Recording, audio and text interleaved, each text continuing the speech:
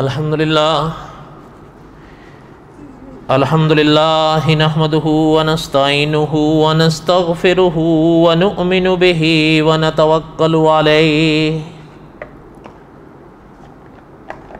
ونعوذ باللہ من شرور انفسنا ومن سیئات اعمالنا من يهده الله فلا مضل له ومن يضلله فلا هادي له ونشهد أن لا إله إلا الله وحده لا شريك له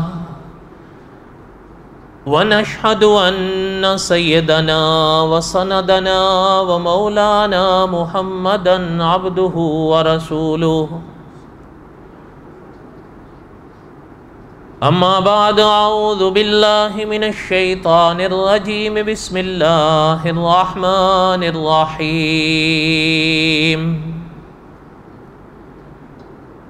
نحن نقص علیک احسن القصص بما اوحینا الیک هذا القرآن وَإِن كُنْتَ مِن قَبْلِهِ لَمِنَ الْغَافِلِينَ وقال النبی صلی اللہ علیہ وسلم من يرد اللہ به خیرا یفقہ فی الدین صدق اللہ العظیم وصدق رسولہ النبی الکریم ونحن على ذلك لمن الشاہدین والشاکرین والحمد للہ رب العالمین اللہم صلی علی محمد وعلی آل محمد کما صلیت علی ابراہیم وعلی آل ابراہیم انکا حمید مجید اللہم بارک علی محمد وعلی آل محمد کما بارکت علی ابراہیم وعلی آل ابراہیم انکا حمید مجید۔ ہمہ قسم کی حمد و ثنا اللہ ذات لم یذل لا یزال کی پاک ذات کے لیے، صدق دل سے لا تعداد مرتبہ درود و سلام امام الانبیاء حضرت محمد رسول اللہ صلی اللہ علیہ وسلم کی پاک ذات کے لیے۔ قصص الانبیاء علیہ السلام کے اسباق میں دہرا رہا تھا، اور حضرت موسیٰ علیہ السلام کی پاک زندگی کا وہ حصہ کہ جس کے بارے میں اللہ تعالیٰ نے کلام پاک میں ارشاد فرمایا وَقَتَبْنَا لَهُ فِي الْأَلْوَاحِ، اللہ تعالیٰ نے حضرت موسیٰ علیہ السلام کو تورات عنایت فرمائی۔ اس حوالے سے اسلامی جو نظریہ ہے یا اس کی جو وجہ ہیں ان پر میں چند باتیں پڑھ رہا تھا، اور انہی پر چند باتیں میں آج بھی پڑھوں گا انشاءاللہ۔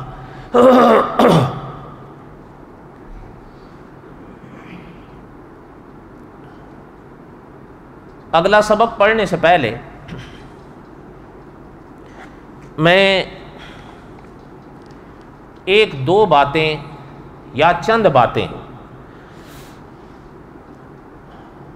یاد دلانے کے لیے یا بتانے کے لیے عرض کروں گا۔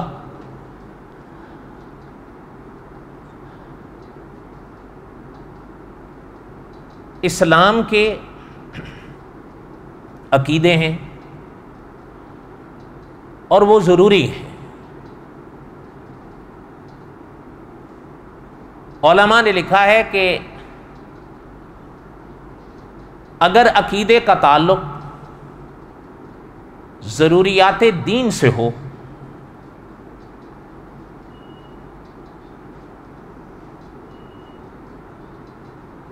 اور اللہ نہ کرے اگر کوئی شخص اس کا انکار کر دے تو دین کے دائرے سے خارج ہو جائے۔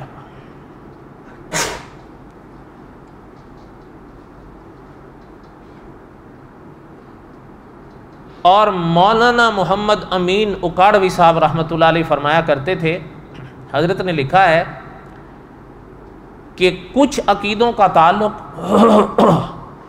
ضروریات اہل سنت سے ہوتا ہے. اللہ نہ کرے اگر کوئی شخص ایسے عقیدے کا انکار کر دے گا تو اہل سنت کے دائرے سے خارج ہو جائے گا. حالانکہ احادیث طیبہ کی روشنی میں یہ بات مانی ہوئی ہے کہ ناجی جماعت یعنی جس کی نجات ہوگی وہ اہل سنت و جماعت ہے. اس لیے یہ باتیں پڑھنے سے پہلے میں چند باتیں اصولی دہراؤں گا. ان میں سے کچھ باتیں میں نے پہلے دہرائی بھی ہیں لیکن کچھ ضرورتاً بھی دہراؤں گا. ممکن ہے کوئی بھول گیا ہو تو یاد ہو جائے گی، نہیں جانتا ہوگا تو جان لے گا. مولانا محمد ادریس کاندھلوی رحمۃ اللہ علیہ بہت بڑے عالم گزرے بر صغیر میں. لگ بھگ 50 سال ہو گئے ان کو فوت ہوئے، لیکن انہوں نے اللہ کی عنایت سے پیغمبر علیہ الصلاۃ والسلام کی امت کی جو رہنمائی اور آپ کی صورت میں کی ہے، آپ صلی اللہ علیہ وسلم کی امت آج بھی ان اوراق کے انوار میں چل رہی ہے. مولانا محمد ادریس کاندھلوی رحمۃ اللہ علیہ نے اسلام کے عقیدوں پر ایک کتاب لکھی عقائد الاسلام کے نام سے.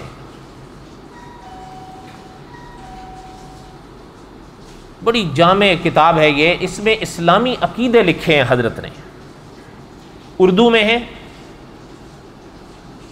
اسلام کے جتنے عقیدے ہیں حضرت نے سب اس میں لکھ دیے اور شرح کے ساتھ تفصیل کے ساتھ لکھے. عقائد الاسلام اس کتاب کا نام ہے. کم و بیش 300 صفحات کی وہ کتاب ہے. اس میں حضرت نے ایک عنوان قائم کیا ہے رسالت کے بارے میں عقیدے، کہ اسلام کے رسالت کے بارے میں عقیدے کیا ہیں. ان عقیدوں میں مولانا محمد ادریس کاندھلوی رحمۃ اللہ علیہ نے ایک عقیدہ لکھا ہے کہ اسلام کا انبیاء کے بارے میں علیہم الصلاۃ والسلام یہ عقیدہ ہے کہ اللہ کے نبی، اللہ کے رسول ہر گناہ سے معصوم ہوتے ہیں، ہر گناہ سے پاک ہوتے ہیں. یہ 2 اور 2 4 کی طرح لفظ ہیں حضرت کے. پڑھا لکھا بھی سمجھ لے گا، ان پڑھ بھی سن کے سمجھ لے گا. یہ بات عرض کرنے سے پہلے ایک جملہ اور تازہ کرتا چلیں. استاذ العلماء علامہ خالد محمود صاحب رحمۃ اللہ علیہ نے ایک بات اپنی کتاب کے سرورق پر اصول کے تحت لکھی ہے. وہ اگر آپ اپنے ذہن میں رکھیں تو آپ کو کئی مقامات پر وہ کام دے سکتی ہے. جملے علامہ خالد محمود صاحب رحمۃ اللہ علیہ کے یہ تھے کہ مذہب اور شرافت. پھر الفاظ سنیں، یہ بھی انہی الفاظ کے بعد ہیں. مذہب اور شرم. تیسرے الفاظ سنیں، مذہب اور حیا. اگر آپ دیکھ لیں ایک ہی شے ہے یا نہیں، تینوں آپ یاد کر لیں یا ایک یاد کر لیں، بات بن جائے گی. علامہ خالد محمود صاحب رحمۃ اللہ علیہ نے لکھا ہے کہ مذہب اور شرم یہ تاریخ میں ہمیشہ جڑواں چلے ہیں. حضرت کی بات میں کوئی شک ہے؟ بولو. کیسے نپے تلے ان کے الفاظ ہوتے تھے جن کو واقعہ انسان کا دل تسلیم کرتا ہے کہ مذہب اور شرم، مذہب اور شرافت، مذہب اور حیا ہمیشہ جڑواں چلیں. ایک اور بات سنیں، وہ بھی یہی معنی رکھتی ہے، الفاظ الگ ہیں۔ دارالعلوم دیوبند میں حکیم الاسلام قاری محمد طیب صاحب رحمۃ اللہ علیہ، یہ دارالعلوم دیوبند کے محتمم تھے، لگ بھگ 50 سال دارالعلوم دیوبند کے محتمم رہے۔ ہم نے حضرت کو نہیں دیکھا، لیکن جن علماء نے حضرت کو دیکھا تھا یا حضرت سے پڑھا تھا، وہ فرمایا کرتے تھے جہاں بیٹھے ہوتے تھے ایسا لگتا تھا خدا کا فرشتہ بیٹھا ہوا ہے۔ علامہ خالد محمود صاحب رحمۃ اللہ علیہ نے جو بات فرمائی ہے، اب ذرا حضرت کے الفاظ میں بھی سنیں، دھیان ہے میری طرف، دھیان نہ ہٹے ورنہ باتیں نہیں سمجھ میں آئیں گی۔ قاری طیب صاحب رحمۃ اللہ علیہ فرماتے تھے علم اور تقوی، آپ جانتے ہیں علم جاننے کا نام ہے اور تقوی پرہیزگاری کا نام ہے۔ صحیح کہہ رہا ہوں غلط کہہ رہا ہوں؟ قاری طیب صاحب رحمۃ اللہ علیہ کے الفاظ سنیں اب۔ حضرت فرماتے تھے کہ علم اور تقوی نے ایک ہی چھاتی سے دودھ پیا ہے۔ حضرت فرماتے تھے جہاں علم ہوگا لازمی ہے کہ وہاں تقوی رہے۔ حضرت فرماتے تھے وہ علم کہاں ہوگا کہ وہ رہے اور ساتھ میں تقوی نہ ہو۔ پتہ چلتا ہے کہ علم ہو، تقوی ہو، مذہب ہو، شرم ہو، یہ ہمیشہ جڑواں چلے، ایک رہے گا تو دوسرا ساتھ میں ہوگا۔ یہاں تک بات سمجھ میں آئی ہے؟ اب اگلی بات سنیں جو عرض کر رہا تھا کہ مولانا محمد ادریس کاندھلوی رحمۃ اللہ علیہ فرماتے تھے، انہوں نے اپنی کتاب عقائد الاسلام میں رسالت کے باب میں انبیاء کے بارے میں اسلام کے عقیدوں میں یہ عقیدہ لکھا ہے کہ اسلام نے یہ عقیدہ سکھایا ہے کہ اللہ کے جو نبی اور رسول ہیں وہ ہر گناہ سے پاک ہوتے ہیں، ہر گناہ سے معصوم ہوتے ہیں۔ ہر کا کیا معنی ہے؟ آپ نے سن رکھا ہوگا، علماء نے لکھا ہے اور یہ عام چیز بتائی بھی جاتی ہے، انسان کو یاد بھی ہوتی ہے، سنی ہوئی بھی ہوتی ہے کہ ایک گناہ ہوتا ہے جسے کبیرہ کہتے ہیں، ایک گناہ ہوتا ہے جسے صغیرہ کہتے ہیں۔ آپ نے سن رکھا ہو نا، کبیرہ بڑا گناہ، صغیرہ چھوٹا گناہ۔ تو آیا بھئی یہاں انبیاء علیہ السلام کے بارے میں ہم نے کیا عقیدہ رکھنا ہے؟ مولانا ادریس کاندھلوی رحمۃ اللہ علیہ نے لکھا ہے ہر گناہ کا معنی یہی ہے کہ اللہ کے نبی ہر کبیرہ گناہ سے پاک ہیں، ہر صغیرہ گناہ سے پاک ہیں۔ پھر اگلی بات، علماء دیوبند نے لکھا ہے کہ کبیرہ ہو یا صغیرہ ہو، دونوں قسموں کے گناہوں سے انبیاء کا تصور تک پاک رہتا ہے۔ اس کی وجہ یہ ہے کہ علماء دیوبند نے لکھا ہے کہ انبیاء علیہ السلام کے پاک دل اور انبیاء علیہ السلام کے پاک تصور پر خدائی پہرا رہتا ہے۔ یہاں تک بات سمجھ میں آئی ہے؟ بولیں اب آگے سنیں۔ اگر یہ تین باتیں اپنے ذہن میں رکھ کر اگلی میری بات سنیں تو سب سمجھتے چلے جائیں گے۔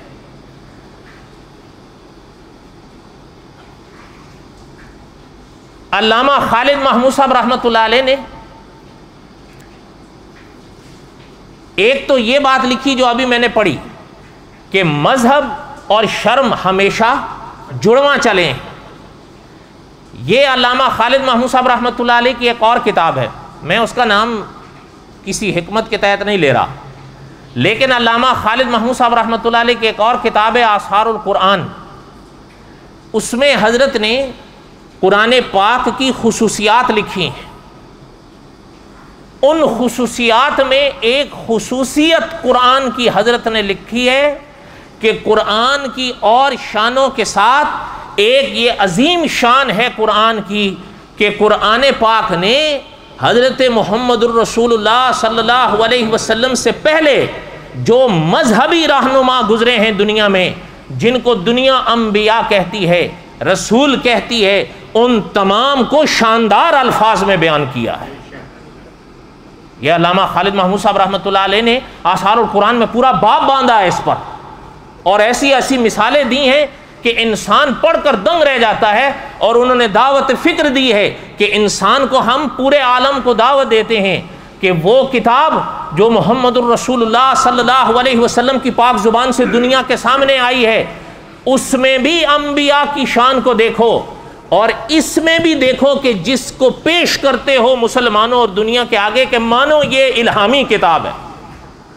بلکہ ایک خاتون کہہ رہی تھی اس کو پڑھنے سے روحانیت بڑھتی ہے، بڑھتی ہوگی ان کی، بلکہ مولانا محمد امین اوکاڑوی رحمۃ اللہ علیہ فرمایا کرتے تھے ذرا تم بھی تھوڑی سی سن لو، ان کی روحانیت تو بڑی ہوئی ہے، ذرا تمہاری بھی بڑھ جائے۔ میں چند ایک بازاری تو نہیں پڑھی جا سکتی، ویسے بھی چونکہ وَكَتَبْنَا لَهُ فِي الْأَلْوَاحِ تورات کے حوالے سے میں بات کر رہا ہوں، تو میں نے عرض کیا تھا گزشتہ ایک دو درس میں کہ اس کی کتنی کتابوں کو وہ تورات کہتے ہیں؟ 5۔ اور یہ میں چاہے یہاں ہوں دوست یا چاہے کہیں باہر ہوں، جن تک بھی میری آواز پہنچے، یہ میری گزارش ہوگی کہ ان کو دھیان سے غور سے سنیں۔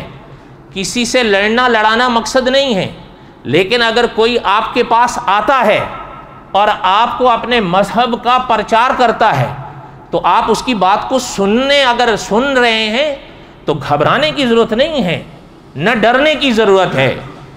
انسان ہو محمد الرسول اللہ صلی اللہ علیہ وسلم کا امتی، انسان ہو جس کا یہ عقیدہ ہو کہ آمنت باللہ و رسولی، تو ڈرنے کا کیا معنی ہے؟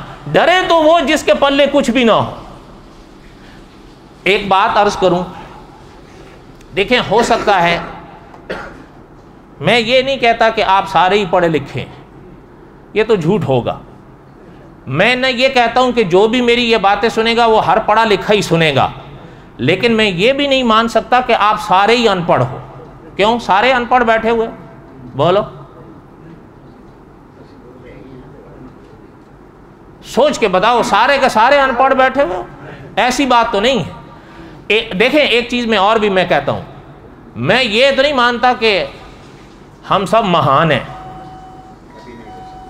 میں تو نہیں مانتا کہ ہم سب مہان ہیں۔ ہاں اتنا ضرور مانتا ہوں کہ آپ سب میں قابلیت ہے، قدرت نے آپ کو ہنر سے نوازا ہے، آپ نہ استعمال کریں تو کوئی کیا کہہ سکتا ہے؟ اگر کوئی کہے کہ نہیں جی قدرت نے تو کچھ بھی نہیں دیا، بس خالی روٹی کماؤ کھاؤ کسی طور مچھندرو، بس اس کے لیے پیدا کیا ہے، تو میں تو نہیں مانتا اس شے کو۔ آپ مانتے ہو؟ 100 آدمی ہوتا ہے، اس میں کچھ پڑھے لکھے، اچھا آپ میں سے کئی ایسے حضرات ہیں یا جن تک آواز جاتی ہے وہ بھی ہیں، وہ اردو بہت اچھی جانتے ہیں اگر انگلش نہیں جانتے، کچھ ایسے ہیں وہ انگلش بہت اچھی طرح جانتے ہیں اردو نہیں جانتے، لیکن کچھ ایسے بھی ہیں وہ دونوں زبانیں جانتے ہیں، انگلش بھی جانتے ہیں اردو بھی جانتے ہیں۔ چلے ایک ان پڑھ آدمی کسی وجہ سے مجبور رہ گیا، چلے وہ ممکن ہے کوئی نہ کوئی عذر پیش بھی کر دے، اور اس کا عذر اپنی جگہ شاید صحیح بھی ہو، تو جو پڑھا لکھا ہے وہ کیا عذر پیش کرے؟ کوشش تو انسان کر سکتا ہے۔ دیکھیں میں اس دن ایک دوست کو یہاں بتا رہا تھا، ناراض نہیں ہونا، قادیانیوں کی ایک کتاب ہے احمدیہ پاکٹ بک، اس کو انہوں نے جیبی سائز بنایا ہے، ہر قادیانی اپنی جیب میں رکھتا ہے اس کو پڑھتا ہے، اس کو یاد کرتا ہے، اور کہیں بھی آپ جیسا میرا جیسا ان کو مل جائے تو اس کو وہ پرچار کرتے ہیں۔ کیا نام بتایا ابھی میں نے اس کا؟ احمدیہ پاکٹ بک۔ وہ پاکٹ بک جیبی سائز بنائی اس لیے اس کا نام ہی انہوں نے، اس کے جواب میں ہمارے علماء نے لکھی محمدیہ پاکٹ بک۔ احمدیہ پاکٹ بک ہر قادیانی اپنی جیب میں رکھتا ہے۔ آپ میں سے کسی کے پاس محمدیہ پاکٹ بک ہے؟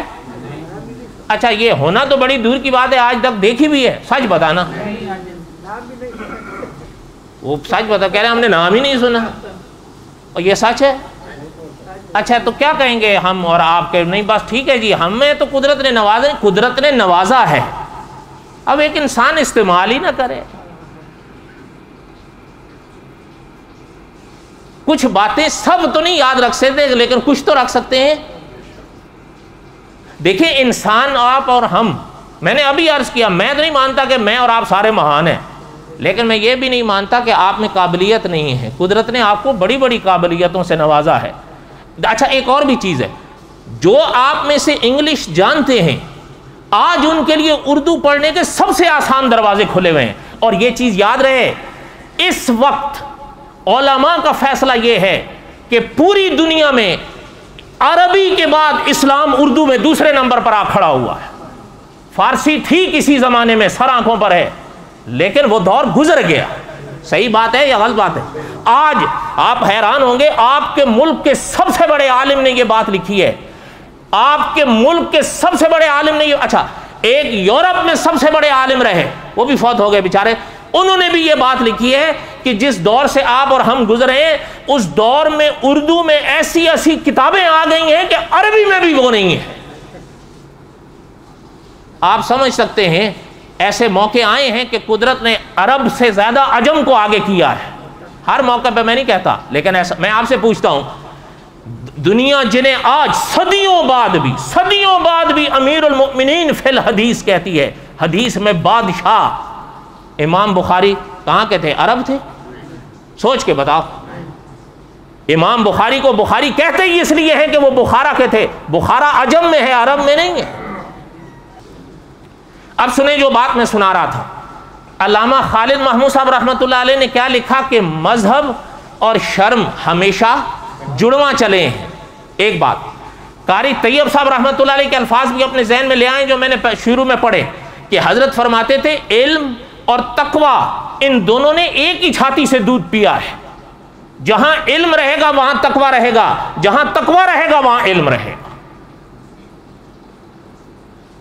تیسری بات جو علامہ خالد محمود صاحب رحمۃ اللہ علیہ کی میں نے عرض کی، وہ بھی ذہن میں تازی کر لیں، جو حضرت رحمۃ اللہ علیہ نے آثار القرآن میں لکھی ہے کہ قرآن کی شانوں میں ایک شان یہ ہے کہ قرآن نے حضرت محمد الرسول اللہ صلی اللہ علیہ وسلم سے پہلے کے انبیاء کو بڑی شاندار عزت کے ساتھ بیان کیا ہے ان کی تاریخ کو، اور حضرت نے لکھا ہے یہ قرآن کی خصوصیت ہے۔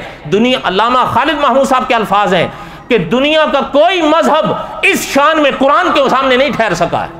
انہوں نے جو اپنے مذہبی رہنماؤں کی تاریخیں بیان کی ہیں انسان پڑھ نہیں سکتا، کوئی مانے نہ مانے واقع۔ اچھا علامہ خالد محمود صاحب رحمۃ اللہ علیہ کے الفاظ تو بڑے نپے تلے تھے، حضرت فرمایا کرتے تھے حقیقت یہ ہے کہ علم کے لحاظ سے، فہم کے لحاظ سے، اصول کے لحاظ سے، فطرت کے لحاظ سے صرف اور صرف قرآن ہے۔ یہ حضرت نے پوری دنیا میں انٹرنیشنل چیلنج کیا تھا۔ حضرت نے فرمایا تھا فطرت کے لحاظ سے، اصول کے لحاظ سے، علم کے لحاظ سے صرف اور صرف قرآن ہے۔ جنہوں نے اپنے سے پہلے انبیاء، اچھا میں آپ سے پوچھتا ہوں، انسانیت انبیاء کے کردار میں سنورتی ہے، یہ مانی ہوئی بات ہے۔ انسان اللہ کے نبیوں کے آئینے میں سنورتا ہے، اس لیے تو علماء نے لکھا ہے کہ اللہ کے نبی اس دھرتی پر خدا کے آئینے ہوتے ہیں۔ اللہ تعالیٰ اپنے نبیوں کو کسی صورت میں داغ نہیں آنے دیتا۔ دنیا نے ان کو دیکھ کے سنورنا ہے، اللہ نہ کرے اگر آئینے پہ داغ ہوگا وہ داغ آپ کے چہرے پہ نظر آئے۔ لیکن جسے وہ تورات کہتے ہیں، آئیے ذرا اس کی بھی تاریخ پڑھ لیں تھوڑی سی۔ میں نے پہلے کہا مقصد یہ نہیں ہے کہ لڑنا ہے، لیکن اگر کوئی یہ کتاب لے کر آئے اس سے کہو یہی کتاب دو، اور اس سے کہو ایک دو باتیں تم ہمارے پاس آئے ہو ہم تمہاری سنیں گے، پہلے ذرا ہماری بات سنو، اس کے بعد دیکھو پھر کیا حال ہوتا ہے۔ حاضر دماغ ہو، ویسے یہ سننے کے لیے چاہیے بھی جگر، ناراض نہیں ہونا۔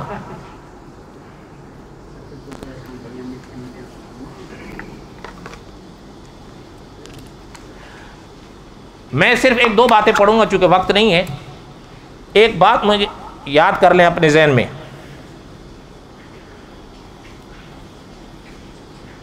حضرت لوط علیہ السلام کا نام سنیں؟ خیر حضرت لوط تو بعد میں آئے، پہلے حضرت نوح علیہ السلام کا سن لیں۔ حضرت نوح علیہ السلام وہ شخصیت ہے جنہیں تاریخ عالم آدم ثانی کہتی ہے۔ میں حضرت آدم پر اس وقت بات نہیں کر رہا مجبوری کے تحت، شاید آگے کئی موقع آئے گا پھر میں کروں گا حضرت داؤد علیہ السلام کے باب میں۔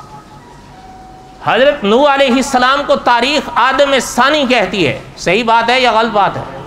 اب ذرا سنو ان کو یہ کیا کس الفاظ میں یاد کرتے ہیں۔ اچھا ایک چیز اور بھی ہے، وہ بھی تھوڑی ہے تو وقت تو نہیں ہے لیکن بہرحال سن لیں۔ عام طور پر یورپ کی طرف سے ایسی کتابیں شائع ہوتی ہیں نا جن میں حضور صلی اللہ علیہ وسلم کی توہین ہوتی ہے، صحیح بات ہے یا غلط ہے؟ بولو۔ اکثر آپ سنتے رہتے ہوں گے اور اس پر احتجاج بھی ہوتے ہیں، واویلے بھی ہوتے ہیں، توڑ پھوڑیں بھی ہوتی ہیں۔ ان کے کئی جوابات ہیں، وہ انشاءاللہ قصص الانبیاء کے آخر میں آئیں گے۔ لیکن ایک چیز ذرا یہ سننا کہ یہ وہ شخصیات ہیں جن کو وہ خود مانتے ہیں۔ حضرت محمد رسول اللہ کو وہ اللہ کا نبی مانتے ہیں؟ سوچ کے بتانا۔ جن کو وہ مانتے ہیں ذرا ان کے بارے میں سن لو، پھر ذرا قیاس کر لینا کہ حضور کے بارے میں تو پھر وہ جو کچھ کہیں اللہ معاف فرمائے۔ یہ وہی کتاب ہے جسے یہ تورات کہتے ہیں، اسی کے چند اوراق پڑھ کے سنا رہا ہوں میں۔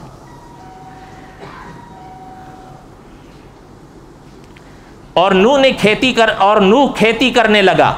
یاد رکھیں حضرت علیہ السلام وغیرہ آپ کے ہاں ہمارے ہاں حضور کی تعلیمات سے آئے ہیں، یہاں ندارت والی بات ہوتی ہے، اس لیے دل پہ بوجھ مت لانا، چونکہ میں تو عبارت پڑھ رہا ہوں نا، اب میں بڑھاؤں گا تو کہیں گے بڑھا دیا ہے۔ تھوڑی دیر اگر آپ اجازت دیں تو میں نکال دوں، مگر آپ نہ نکالیے گا، میں اس لیے پہنا ہوتا ہوں کہ میں نکالوں گا تو آپ لوگ نکال دیں گے، لیکن میں پڑھ نہیں سکوں گا اگر پہنا رہوں گا تو۔ سنیں ذرا، وہ محترمہ کہہ رہی تھی نا روحانیت بڑھتی ہے، تو محترمہ کی تو روحانیت بڑھی ہوئی تھی، ذرا آپ اپنی بھی روحانیت بڑھا لو۔ اور نوح کھیتی کرنے لگا اور اس نے انگور کا باغ لگایا۔ باغ کس نے لگایا؟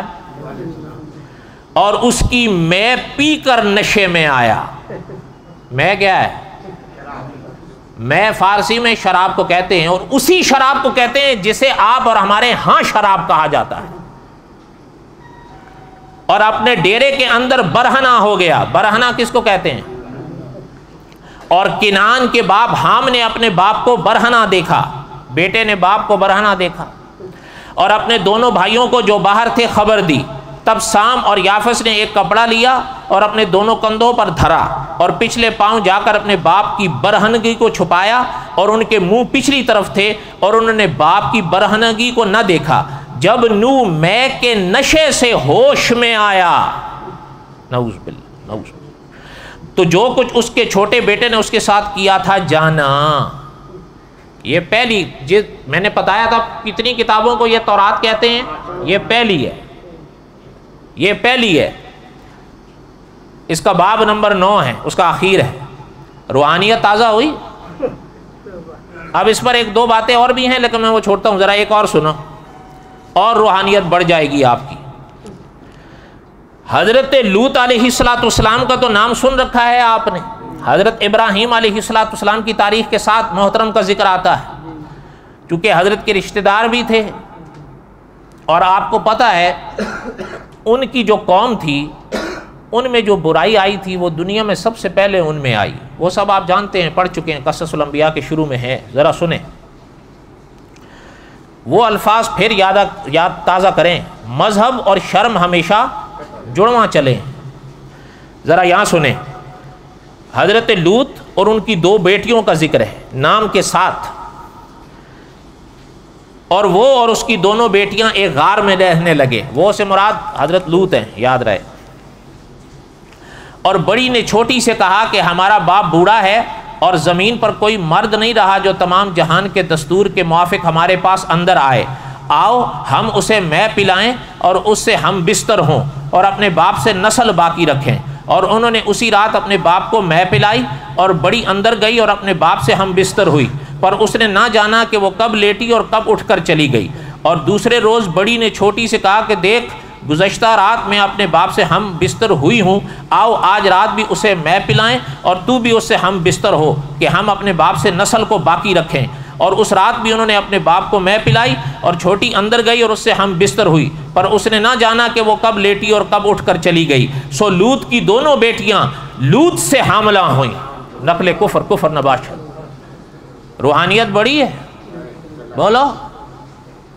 اب جو لوگ کہتے ہیں کہ قرآن اور بائبل ایک ہی ہے، ان کو ہوش کے ناخن لینے چاہیے۔ ہم یہ نہیں کہتے کہ لٹھ لے کر مارو، لیکن یہ الفاظ نہیں کہا کرو، یہ قرآن میں ہے۔